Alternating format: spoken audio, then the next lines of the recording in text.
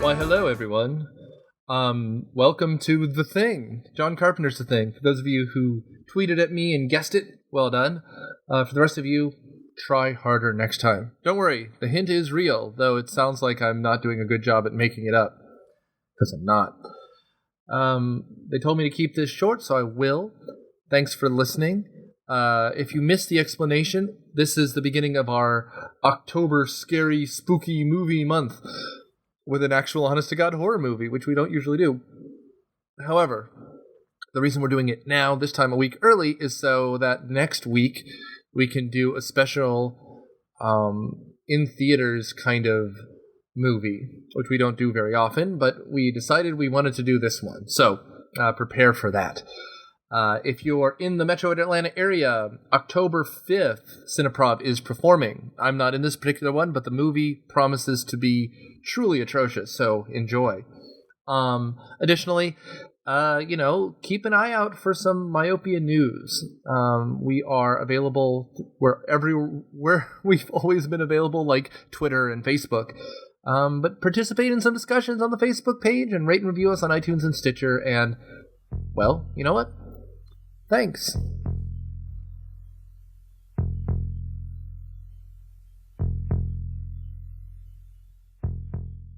The Monster Sci-Fi Show podcast delivers the latest sci-fi news, plus movie and TV reviews with brilliant and insightful commentary.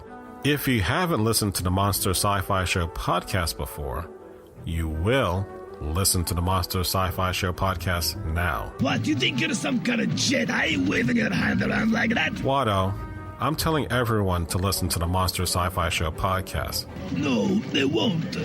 Yes, they will, including you.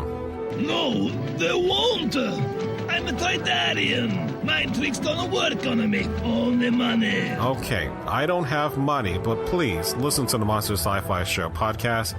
Sci-fi, from a certain point of view.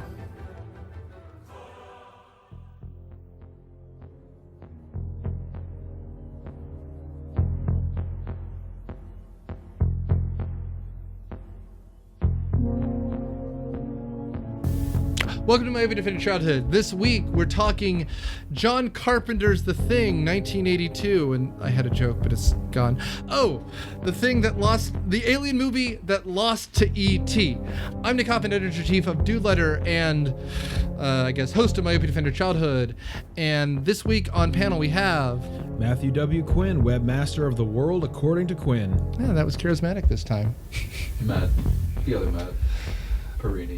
I'm almost sure your mic's on, but you're so quiet. I am quiet. Do you want to get close to my mic or just talk louder? Either. I mean... Both? Both? One or the other? Neither? I think we all said Just make both. up your mind. And... Abbey Normal. One of the two of you might have been a DJ at one point. She was. Are you sure your microphone is turned on? Now it's plugged on. in. It was on. Switch was up. Now you're much louder, so we're good now. Okay. You may want to check this in the future then, because the switch was already up. I checked it. Maybe it's one of these, like, right there, if it's not all the way, Maybe. all the way. Anyway, regardless. So this week we talked John Carpenter's The Thing, which is an alien movie from 1982. Who wants to give me the summary? Okay, so I'll do it. The movie Don't sound too excited about it. The movie starts out with a questionably animated flying saucer flying into the world, and it's heading for Antarctica. Cut to the present day, being 1982. A helicopter is chasing a dog across the snow plain, and there's a heavily bearded crazy man shooting at it with a rifle. And they arrive at American camp, and because he's in such a state, doesn't remember he should be speaking English or whatever, Or doesn't know English. Or only speaks Norwegian. Well, that is possible. I would assume a scientist would speak. He's a Norse. And I'm assuming, well, whatever. The point is, in actually Norwegian, he's saying it's not a dog, it's a thing, but pity they can't understand him. And he's running around with a gun shooting around, so they shoot him. Well, they have very good reason to want to kill that dog, it turns out, because that dog is not a dog. It's a shape-shifting alien critter. And so they go when they find out, they go back. They send a delegation to the Norwegian camp to find it in ruins, and a melted flesh critter there. And meanwhile, the dog has begun exploring the camp and mapping all out, and then one by one assimilating them. And so now we have everyone's getting paranoid because no one knows who's human anymore. Good. Okay. Well, you imagine the guy instead of his chest open and biting his hands off. We don't need to go there. We're all set. I don't need any more Colin jokes. So at this point, we're kind of, I guess, into the thick of it. This movie's great. As someone who had never seen this movie before, this movie was great. And it's worth noting, does not like horror movies Yeah, at not all. a big horror fan. But I'm pretty sure you figured out that the dog, something was weird about the dog when I wasn't reacting to someone shooting at a dog. I mean, it was kind of like it wasn't really like veiled in mystery that there was something off about the dog. So. But That is the creepiest dog ever. Turns out it's actually a wolf dog, which might explain why it was acting differently than a pet dog would. And apparently its name is Jed. That's not a joke. That's its actual name. IMDb trivia. Yep. It's named after our 47th president. Get Jed the dog Oscar, because that dog did a really good job of being creepy and weird. So I was very confused by the initial opening scene of him shooting the dog, and you didn't see, like, you saw him shooting, but there was no, like, powder from the snow, from bullets hitting the snow or anything. And I was like, is this guy a really bad shot? But was he actually hitting the dog the whole time then? See, like, that's cool, because then it very clearly hits not Ron Howard, right? Right, and his leg blows out. And I think that's what it's supposed to be, in that you can't kill these things, right? Because he just keeps hitting the dog, because the dog has, like, wounds later. Like, they do some serious dog makeup. But, like, man. Well, you have to burn the thing. Yeah, the helicopter was full of grenades, so the strategy might have been shoot it enough to slow it down, then torch it. Well, I was like, are the effects really bad? Like, could they not add little, like, pew pew of, like, snow getting hit? Because he's missing so horribly, but I guess he wasn't. Like, it was such a wide shot, too. It was probably hard to actually see the snow effects. Maybe I missed it. I don't know. A lot of the effects and the way the scenes were shot were so intentional that I would almost think that it would be him hitting the dog. Well, and to your point, like, this is some of the best practical effects, like, ever. And considering that this is between Alien and Aliens, this is some cool alien effects. Yes. The people's heads turning into spiders and shit. I don't know. I think we should talk, I mean, because Matt did an interesting job on the thing, but and the plot of the summary. I have to use actual nouns this time, because the word thing is bandied about a lot nowadays. But so we have our main character, Kurt Snake Russell. Plissken. Snake Plissken. Escape from Antarctica. Do they ever actually refer to the alien as the thing in the movie? Yeah, The Norwegian guy repeatedly. does. Okay. No, Yeah, McCready does. McCready does. But it's also it's lazy. It's not. It's because Wilford Brimley. Wilford. Go ahead, sorry. Yeah, the Norwegian guy, they actually translate it as it's not a dog, it's a thing. Well done, Abbey. I was just going to say it's it or the thing. I Didn't liked have the anything. Norwegian guy's goggles. I thought those were pretty spiffy. Yeah. The little, like, slit goggles. I don't know if those are, like, standard issue scientist goggles. Those They're are for old-timey the snow. sunglasses. Snow goggles. Snow I've seen Wild Wild West. They're kind of both. It's the metric system. Makes things look nerdier. Yeah. I mean, and my favorite is that the guy shows up like, I don't know, someone out of Alabama, But, like, he shows up with a helicopter and a bunch of grenades and accidentally blows up his own helicopter when he drops the Oh, yeah, grenade. that was comical. Yeah, that was good. We've all been there. And the reaction is, oh yeah, Antarctica makes people crazy. Yeah, it's snow madness. Snow mad. It's something out of like a Ren and Stimpy bit, as though he has like a voice behind him just saying space madness. Like, it's great. I like it. But then we get into this kind of, well, I mean, it's Aliens is an apt comparison because it's a chamber drama. You have a bunch of people in a trapped place as a storm's coming in, and they're just not sure what this is. The only one who kind of has an idea is Wilford Brimley, who's like, look, according to this computer playing something, It's diabetes. it's thank They you. were great. I liked all the statistics and projections. That computer is super smart. Yeah. 27,000 hours exactly. It's diabetes that'll kill you and eat you. And it takes, like you said, 2,700. Yeah. It's 3 years on the nose or whatever it is. And the idea that he has all the variables in place. Yes. If it gets to civilization, it'll take 3 years to take over the planet. God damn it, I kill you. God damn it. God damn it. And he's just as fat and diabetic as possible. Also, apparently everyone knows how to do an autopsy. So, There were like 3 autopsy givers. That was one of my favorite little comedic bits. They find that like huge mass of limbs. It's like, all right, bring it in for an autopsy. What the hell are you going to do an autopsy? yeah, on that thing melty for? man melted. Yeah. I mean, let's get into this. The Norwegians, the Scandinavian team, something's askew because apparently they've gone nut fuck. Yep. That's the technical term, It nut is. fuck. Kurt Russell shows up. He decides to go to the Norwegian base. Reluctantly. Very reluctantly. Really hammering home the dangers of Antarctic weather. I like the JMB everywhere, kind of. Oh, I was just wondering how he could still fly a helicopter when he clearly was smuggling at least 3 bottles of JMB in his stomach at all times. Let's just say he was never sauced in this movie. He was shooting straight the whole time. He has an alcohol tolerance of a man god. Well, I mean, and to be fair, what else are you going to do out there? That's kind of the point I got. Like, because the opening sequence, they're not talking to each other. They're just all kind of drinking. And that was his shtick. Like, other people were doing stuff. He was drinking. He was a pilot. What was he going to do? I don't Pilot know. things? Well, I mean, and to your point, he's the only one who has no job when the blizzard comes in because you can't. That's the one thing you can't do. Everyone else can keep doing science or whatever. But talk on radios. Or autopsies. I'm just a senator from Mississippi, and I think this disproves global warming. Well, hi, I'm Senator Sessions. How are you? Right? The police state Keebler elf. But police state Keebler elf was funny. You're welcome. They get to Scandinavian base 1, and there's this nothing. Like, it's all frozen out. I think it's one of the few Burned down. Yeah. Burned down and frozen solid. It's actually a really kind of cool scene.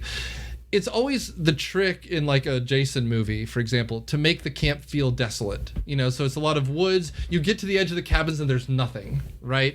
Michael Myers, you have the neighborhood block, and then you're running through empty houses. Like that's the empty the empty scientific base is really terrifying. Like it really it makes more sense than Aliens. Like I love how it's a movie that has its own prequel in it. I mean, in 10 minutes you get to find out exactly what the thing is and what it can do. Yeah, you can tell things went down because the axes embedded in doors. There's been explosions everywhere. There's a dead thing sitting there, and then one dude, I think it's something you point out, Nick. He cut his own throat, cut his own wrist, and then sat there in the chair, and all the blood froze in blood icicles. Yeah, I mean that is it's bone chilling. And then when they get outside, they they get into the autopsy room because apparently that's something that scientific stations in Antarctica just have. There's like this ice sarcophagus, and they've done an autopsy on something that they don't recognize that makes them nauseous, and they run outside, and then they see this melty man. Yep. And when we get to Cthulhu and Friends, that's when we have the next scene, which is they bring back these two things. One is an alien, and one is this half melty man thing, which is... When you see a melty man, why wouldn't you bring it back home? Right? If your cold melty man is cold, bring him inside. Well, I mean, to be fair, if it was the South, they just tore it around on a tour bus and charged 2 bits a gander. Like, Let's Or eat clarify it. Slightly. It has about 6 arms, 2 heads, and multiple limbs, and the autopsy reveals that it has normal organs. Yeah. Well, and as I think Daniel made this joke, but the head that we see is like melted, so it looks like both the comedy and tragedy, like mask faces. And this is where we bring up that the prosthetics here are incredible. Oh, yeah. Like God, I miss hate practical CGI. effects. I miss practical Something effects. tells me you probably didn't like the 2011 prequel. Did you see it? I did. I've never seen it. It's the events of the Norwegian camp. Well, we already saw that in this movie, and it took all of 10 minutes. That's pointless. Was it starring the Scandinavian swim team? then I didn't need to see it. No, Was it they good? did. Is There's the- an American scientist who's pretty, but just no pic- Scandinavian swim teams. I'm just picturing Ingmar Bergman directing The Thing and just how desolate that would be. Death is only the beginning. I am not human, and neither are you. That was a lot of Werner Herzog in both of ours. Yeah. That's a shame. I played the 2003 video game, The Thing, which was kind of fun. But again, it's all computer graphics, so you can't do better than a Melty Man. I will say, at this point, things go crazy, because there are some people who are doing the autopsy, including Wilford Brimley, who still looks as old as he does today. He apparently was a bodyguard For back in Howard the day. Hughes. For Howard Hughes, crazy Howard Hughes, the guy who peed in jars and never cut his nails. And other guy, the guy who looks like Ron Howard, they're doing autopsies. Oh. Everyone else is playing cards, Where's and the Keith? dog is going around biting people, and no one seems suspicious. Yeah, Well, the dog's just sort of there walking around, and then they pen him up with the rest of the dogs, and that's when the Thing dog starts going crazy. But he does bite someone under the table. Yeah, that's you the first see- one to turn. And you also see like the silhouette of a shadow and the dog going yeah, the around dog and goes into the room with him, and that's when I think he might have been the first to go. That was the setup for Clark. That was why everybody, like, they were creating the suspicion both with the audience and with everyone else that Clark had been turned. Meanwhile, Clark is just like, I like dogs. So it was. The dogs are good. Oh, Clark wasn't. Yeah, Clark Yeah. was not actually turned. Forgot that. So Yep. that shows how sneaky that little thing is. That it tries to frame someone even that early in the game. Well, and it's also that I think dogs just like pets, even if they're alien dogs. This is true. 12 out of 10. You have to good dog. become the thing that you're imitating. Well, I think the whole thing of The Thing, Jesus Christ, I just said Thing a lot there. We need more nouns. The dog thing, and I think the whole purpose of the organism thing itself is it doesn't just copy your genetic material, it copies your memories so that you don't even know when you've been turned into the alien. That was an excellent point, because that was part of the main terror of this movie was when they finally come up with a test, everyone who tests human is visibly relieved. Right. Yeah. They don't know if they're the alien. Yeah. Well, and to point, it's kind of the structure of it is neat, because it's kind of it's a monster movie, right? But the structure of it is almost like like a Victorian era like mystery novel. Like one of us is a killer. It's Death on the Nile or Death on the Orient Express. Like all of us could have committed this crime, but we don't know who, and they don't know either. Which is neat. Fanfic prequel: Hercule Poirot versus the Thing. Okay, two things. First, it's Poirot. And he's Belgian. Second, and this Poirot. is a complete shock in the dark, but I'm mostly looking at you, Matt. Has anybody ever either read the story this is based on or seen the original movie from the 50s? I read about it in those orange children's horror novel books my elementary school had, the Crestwood Monster series, and so it has like pictures of the Thing from another world as illustrations. I have not read the original story. Who goes there? I do know about it. I was just seeing how I was just. So the gonna see answer how it was stacked no. up. I just wanted Well, to see yes, if but it's anybody a knew little how more it stacked complicated up. than no. And the Barlow's Guide to Extraterrestrials has like an artist illustration of the critter from Who Goes There. Who is the critter from Who Goes There? The story is called Who Goes There. No, I mean like. I mean the whole. This is not a productive area of discussion. No, like what I mean is. What thing are you guys talking about? the dog thing. What I mean exactly Third is base. I thought the whole thing about this creature was that it was like a microscopic parasite that slowly Yeah. took you over. Didn't so you what see would the 80s this graphics? creature look like? It's like halfway transforming from a blue skinned 3 red-eyed creature into a dog. So it's like a big vaguely humanoid alien head on the body of a dog, and one of the dog's limbs is like tentacled or clawed or something. It's the way it's not supposed to be. Uh-huh. So it's like a drunk animorph then? Is that pretty much what we're talking about? Kinda, yeah, that's good. So, to point, Daniel and I were talking after the movie. What's neat about this movie is the alien that they discovered, the biggest, most impressive, incredible discovery of the last 100 years. Like, the Norwegians found an alien. Yeah. Isn't even the thing that's killing them, because it's a parasite that affected that alien, which caused it to crash. So they discover the spaceship, they discover the alien, they blast it open, they find a corpse, they're like, this is amazing, and it's not even what kills them all, right? Yeah. It's kind of neat, and which means, as we learned from the CGI Pac-Man that we saw on Wilford Brimley's TV screen, it's just spreading. Like it's a little protozoan So thing. I have a question for you. As a scholar, I would love to answer. So you said, like, it didn't even, like, the alien came here because it was affected by the thing, quote unquote. Right. So, I mean, when the alien then in turn infected Wilford Brimley, how did the alien then know how to make advanced spacecrafts and shit like that? That's a good point. Does it remember everything it's ever imitated? I doubt it. That would be my guess. If it had, well, they're in the. But would the pilot of the alien would have advanced knowledge on how to build his spaceship? That's a good point. An F-16 pilot is not going to build an F-16. Well, the only thing we know is that it crashed here 100,000 years ago, which is part of what makes it a good movie. Is we don't know anything about how this works. Yeah. So it could very well be a hive mind or something that just retains memories, and that's how it can imitate things so well. Well, I mean, and to your point, that's the weirdest part of the movie when they discover like Wilford Brimley has been taking apart the helicopter somehow because he's been locked in a room somehow to then make a spaceship, kinda. How did he have enough time to dig that tunnel? Wasn't it like 2 days? You saw how big the thing was at the end. It is also Wilford Brimley. I believe he could have done it on his own anyway. Snake Plissken is immortal in this You movie. get 16 tons. What do you get, goddammit? So once we get there, I'm curious about people's thoughts on the end of the movie. Like, we're not there yet. I know we're not there yet, but well, maybe we could hold that thought. I'm holding it. That's why Hold it as long as you can. I'm holding it until the end, which is the appropriate time to bring up the end of the movie. Good. Thank you, Matt. But yeah, so essentially at this point we're developing this weird kind of chamber drama because apparently it just spreads. Wilford Brimley wasn't bitten. I got the feeling he got it because the autopsy. He just got the blood on him. Yeah. Yeah, that's one of the fan theories I'd read about was it infected him pretty early on. It was slowly turning him. So the stuff he was doing at first was for the protection of the humans, destroy everything so the thing can't spread.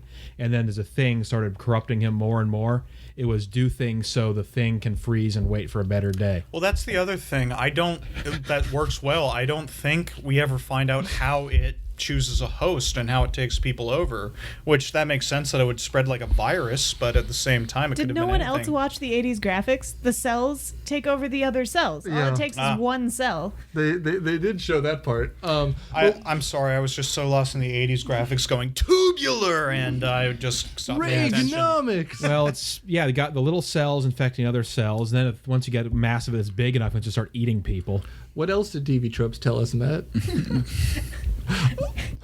It's worth noting that my greatest phobia is parasites, basically. Yeah. So the fact that I love this movie is really it's in its favor because a lot of this movie is the psychological terror of no one knowing who's the thing and the great practical effects, which are just enjoyable to watch, to the point that even if you're remotely scared in various parts, it's still a fun movie. Yeah. Now, I'll ask Abby, what was the scariest scene for you? I think definitely the scene that I mentioned before where they're doing the test and you're watching everybody's face as they're trying to figure out whether or not they're the alien and just relieved when they're not. And even then, that's broken up with them yelling at each other about being tied up. It is the most helpless scene because when the dog turns, so the wolf dog, looks like a husky to me, gets put in the pen with the other dogs.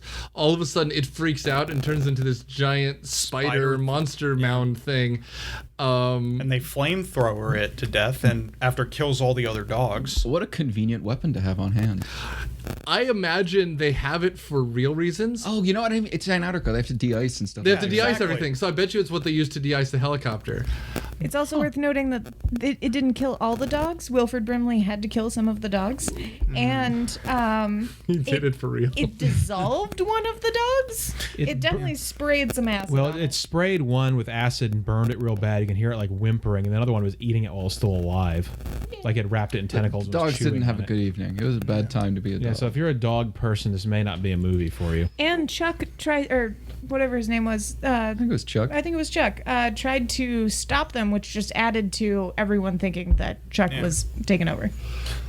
Well, and I mean, it's neat because it's also just an abandoned base, and so You have the guy who's like, hey, can you bring the flamethrower? Which is a thing you say sometimes. Now, we've talked a lot about the dogs so far and how creepy and great that scene is, but what about the first human we see that's the thing with the not Ron Howard guy with the deformed hands screaming like he's a body snatcher? Well, I mean, and he like kind of turns into almost like a joke of a gray alien. Like his fingers grow all long and his mouth elongates and his head starts to change. Like, it's quite a terrifying scene, man.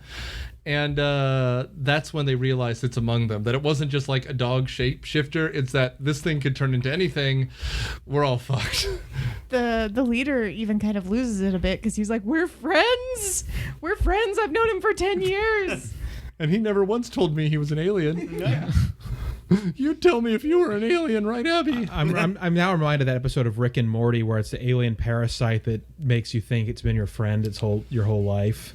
Mr. Poopy Butthole. Yeah. I'm sorry we did. Is this dying? Is this what dying feels like? Ooh. I'm so sorry we didn't have any bad memories together. Oh man, Sarah Chalky's character. Yeah, cut to some cookout and there's all those scientists and this giant tentacle monster flipping burgers. Oh, like what was it, Bacon Samurai or what was it? I don't even remember half of those fake characters. I remember Mr. Tinkles. No, not Mr. Tinkles, just Tinkles. Just Tinkles. And the Mr. Belvedere. Rick and Morty's.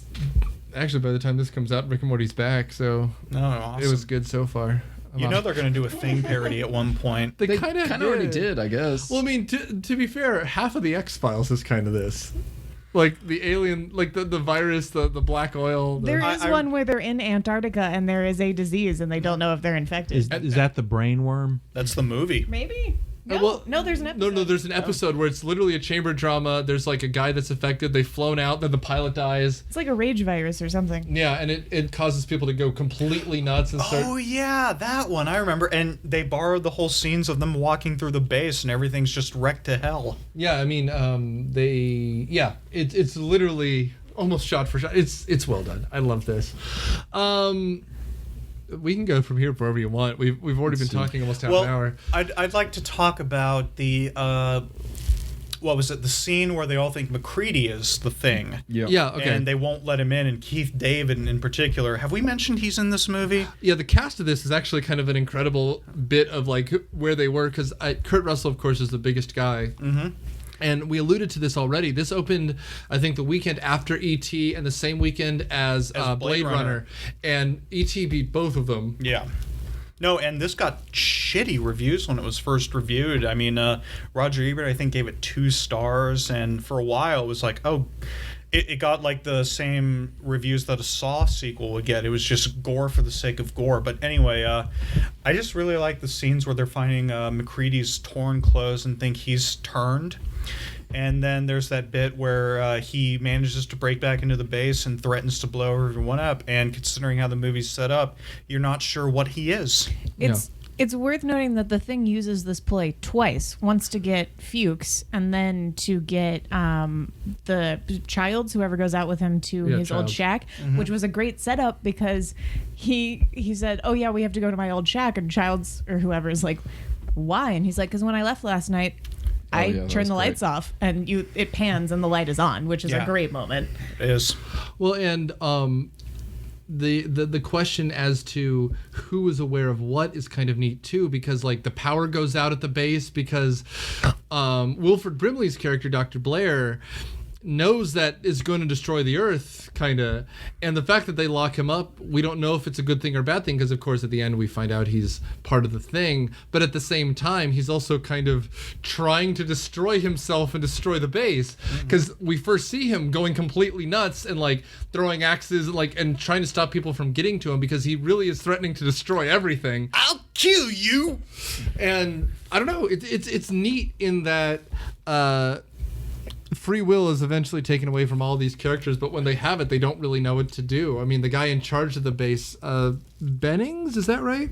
Look at the old guy who's in charge. No, Gary, who I thought looked a lot like the guy who's stealing his bodily fluids from Dr. Strangelove, is losing control, and he's freaking out. I actually checked the Tribune to see whether or not that was him, and apparently it wasn't, because at the same time he was in 9 to 5. It's also worth noting the moment that he steps down is when he has to point a gun at his one of his subordinates. Yeah. And he knows that he's just scared, and then he turns it on all of them because he's also scared, and then he looks at himself and puts the gun down and puts McCready in charge because McCready is the only one that just has flat affect through all of this. McCready is also the most fantastic functioning alcoholic character we've ever seen, at least so far, because he doesn't react to anything. Nope. He's not paying attention, and apparently has been up for almost 48 hours by the end of the movie. He's just I'm lost a real it. light sleeper. Quote from McCready there. And he has this flamethrower, and he's just like half dozing off and just pointing a flamethrower. Has anybody mentioned that he's introduced by pouring whiskey into a computer because it beats him at chess? Yeah, that's foreshadowing. Oh, I laughed so hard. Yeah, he's playing chess on an old Commodore 64 or something. Chess wizard. Oh, yeah. It was a dedicated chess PC.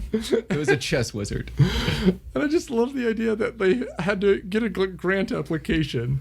And he listed as an expense a chess computer to not go crazy. And he just Nomad. pours. So my only issue towards the end of this movie, they still don't learn that they have to stay together. And I understand you have to move the plot along and like people have to get separated so people can get caught out, but like they already have the realization, like McCready says, we have to stay together. Like you're not leaving my sights. And then in the last climactic scene, they all split apart. It's like, what are you guys doing? Yeah. Come on. It's also worth noting that the alien like upgrades his assimilation technique and just kind of burrows into skin at that point. Yeah. Well, I mean, to your point, it made me want a scene like from Aliens where there's like a standoff scene between everyone left and some sort of monsterman. Yeah. Well, isn't that what the blood test scene is? It's a standoff with whoever's left. Well, it is, but we only get the monster for like 4 seconds. Like we don't get like the xenomorph just kind of coming in and like as an army against an army. It was initially confusing that they wouldn't see the spider head, but then there was a great shot set up where it was out of focus in the background, and there were a few shots set up like that where they were just genius. But we were like, did they not see it? He's like pulling himself by his tongue? What? I'll be honest, I kind of laughed super hard at that moment because it was filmed like a Looney Tunes scene where it's like hiding under the table and then it tries to make a break for it and you just hear it scurry, scurry, scurry, and it's just behind them like sneaking off. I still like that scene just because I love the effects behind it, because I knew in 1982 it took a hell of a lot to make that convincing. Well, and it didn't look like a Ray Harryhausen where it's like clearly fighting on a green screen against a clay guy. Yeah. It was like you said, it was in the soft focus in the middle distance, and then they hear it scurrying and they all kind of slowly turn and they see the upside down face man. Yeah. It's pretty damn great. Because it grew itself legs and eyes out of a head. It's like a head spider with Kind of.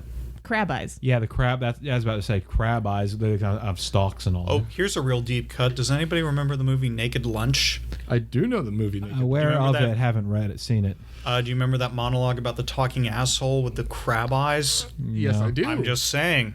This is a literary movie. It's meant for smart people. I have Naked Lunch on my bookshelf. That's a movie. It's a book that happened. I read it, and Couldn't tell you anything about it. he needed rehab. That's what William S. Burroughs needed. He needed rehab. You needed an editor. So at the end of this movie, those who will be turned into things have turned into things, and Kurt Russell and I'm going to get it wrong. Who's the last guy? Oh, Childs. Keith David? Keith David. Thank you. Character's name's Childs. Childs. Oh. Yeah. Well, Keith David is just Keith David. He's a presence. Wait. Before that, they're running through tunnels that they did build beforehand. It's not like the tunnel that was somehow dug in 2 days. And the thing is trying to lower the temperature of the entire camp so they can just go back to sleep.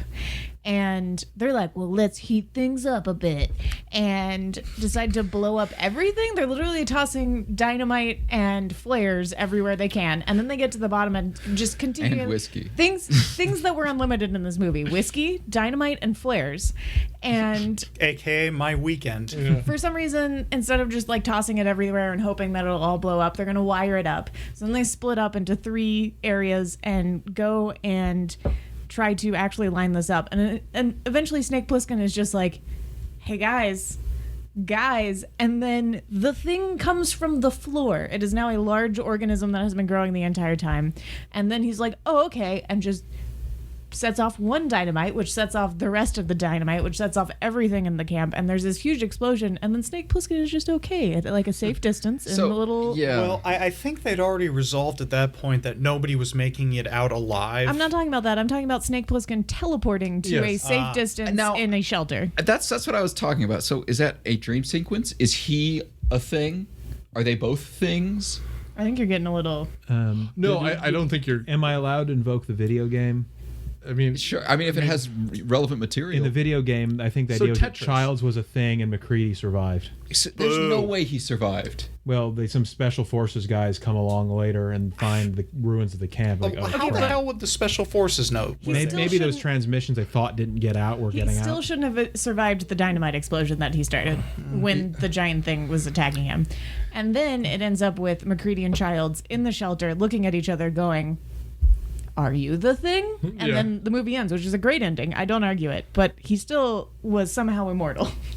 Oh no, you're right. I mean, it's almost as though John Carpenter forgot what movie he was making midway through, because I mean, John Carpenter's a horror guy. You know, he made Halloween, he made and he's made The Escape from L.A. and Escape from New York. Well, remember in Halloween how the kids were all watching the original Thing from Another World as Mike Myers was stalking them? Well, I mean, my thought is, he needed to have the last guy and he had to have the two people who survive, and you're right. I wonder if there wasn't a cut where Snake sacrifices himself, and then they're like, "Oh no, we need him to survive till the end of the movie." There needs to be something in the end of the movie.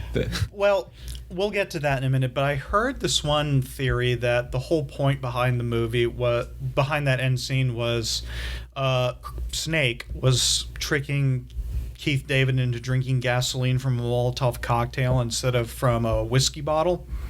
I think the point is just you don't know if it's dead, and there's no way to make sure it's dead. Right. Yeah.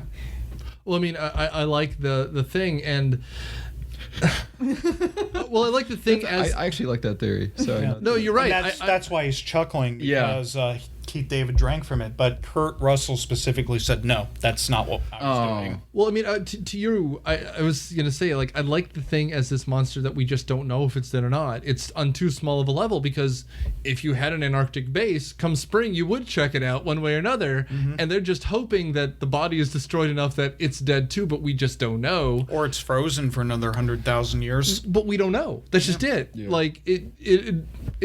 If it is a thing that thinks, I also liked how Radio Man said like he hadn't been able to contact anyone for weeks. yeah. Which like was definitely out of the ordinary. So like, what's to say the rest of the Antarctic bases aren't also fucked? Yeah. Maybe they're all just snow mad. Maybe they're all snowmad. Has anybody seen Day of the Dead? Yeah. Yeah. I think It so. reminded me a lot of that drunken Irishman who was running the radio the entire time and said, "I can't contact anybody who's in a 1,000-mile radius of this underground cave." I mean, to your point, we also don't know if it hasn't already taken over the world. Yeah. They literally could be the last people left, and we don't know. Yeah. And so, I mean, that's just it. Now that's interesting. Well, I mean, that's what they said. We haven't contacted anyone, and then the storm comes in. We don't know.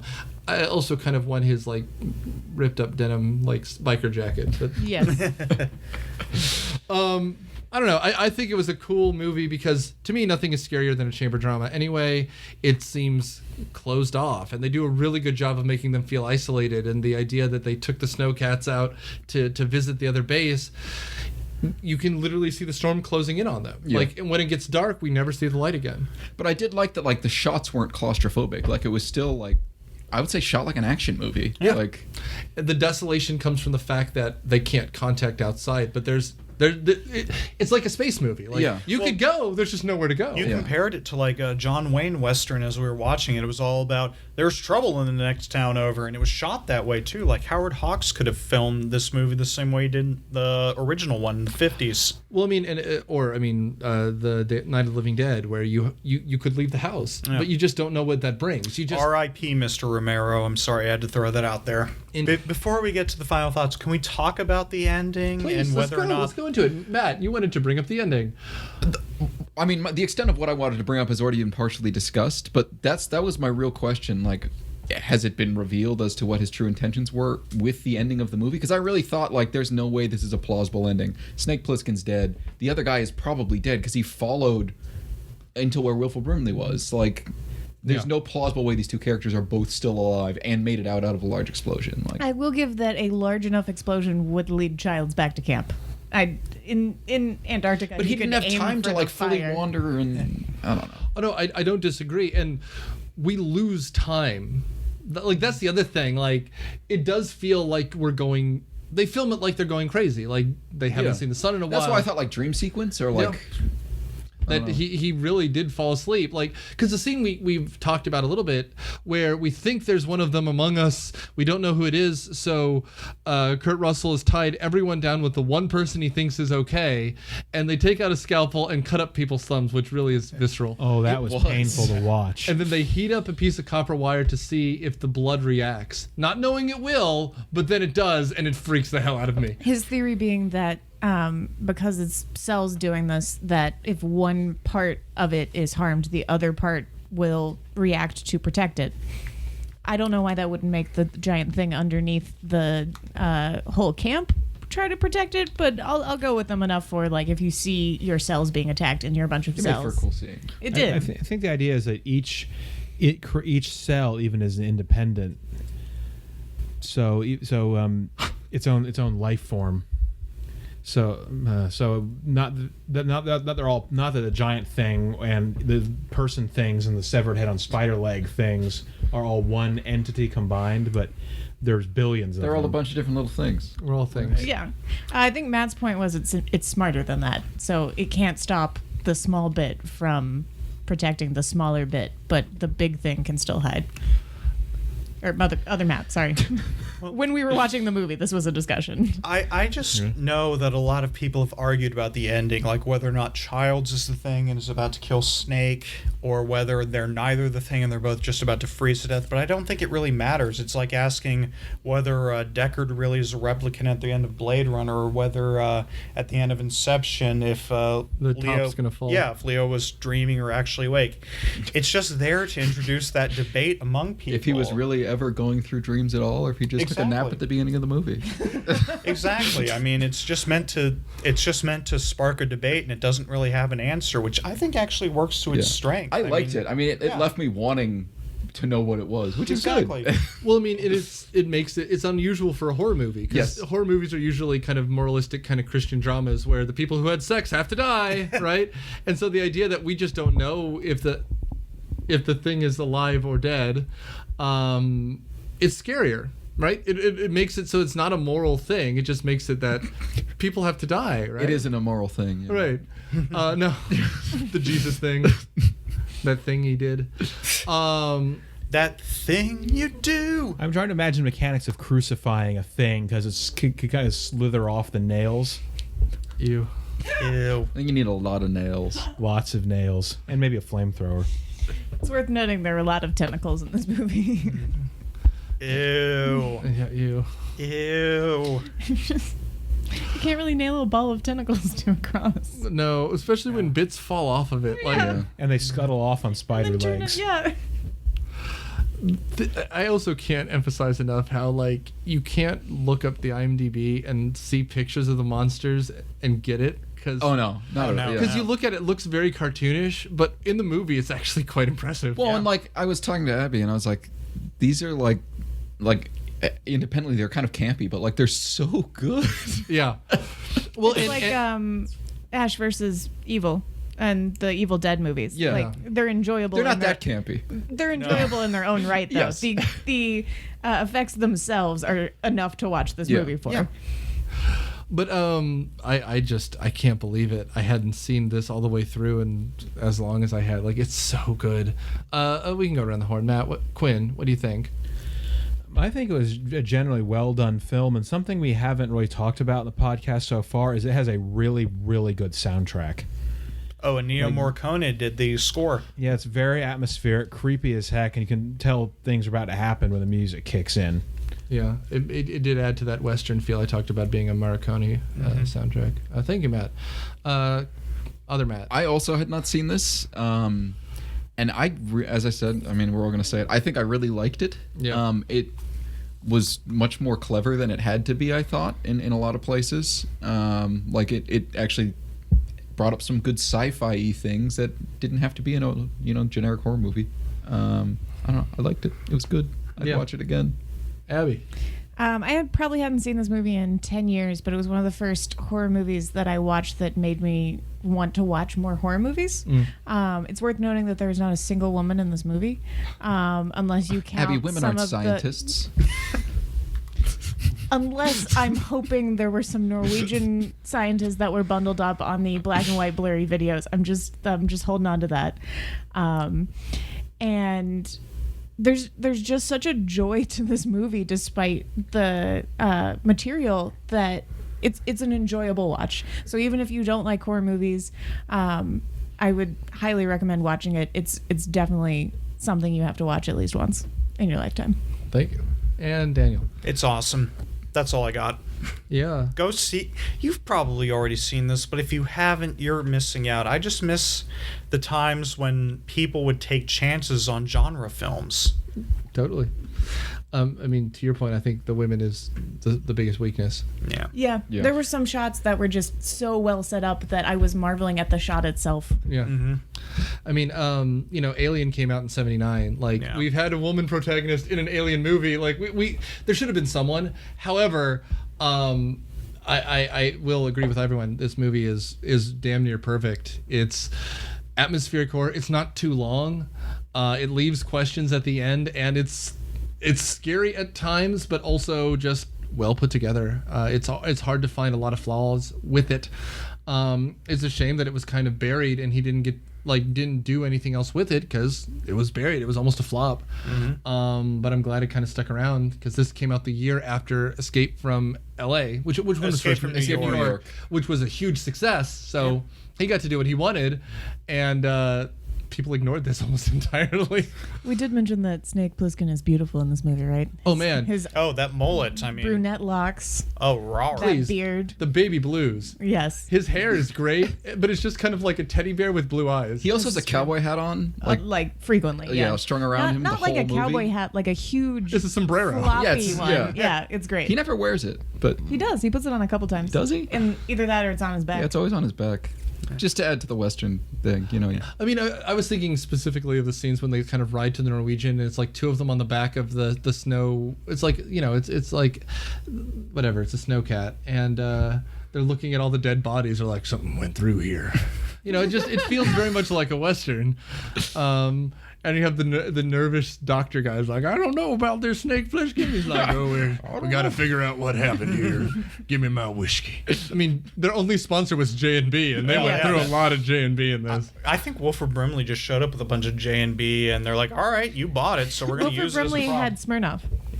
That's right. He did. He had a whole handle of it in his drawer. I have an eye for liquor sponsorship, guys. Well, Wilford Brimley just seems like a more classy guy than Smirnoff. He I does. mean, Was Smirnoff an American company at the time, or was it a Russian company? It's always been an American company. Okay, I was just kind of wondering if the Soviet Union bought a product placement for Smirnoff vodka. hello, we here to buy finance and movie. We want fat American diabetic to drink liquor. Frankly, I'm shocked. I bet you Wilford Brimley's like, God damn it, I want to bring my own moonshine in. Only thing I drink, I make myself so the government can't tax it. It's the same color. Maybe that's why Smirnoff was his and not J&B. All right, that's it. Damn all. We're cutting it off there. That's a perfect place to end. So, thanks for listening, guys. Your hint for next episode. It's a movie that I referenced already, and a modern movie is coming out to compete. So, it's coming out next week. So if you can figure out what movie comes out next week, which I've already alluded to in this movie, you figured it out. Tune in next week and every future week when we put another little piece of your past on trial. Thanks, guys.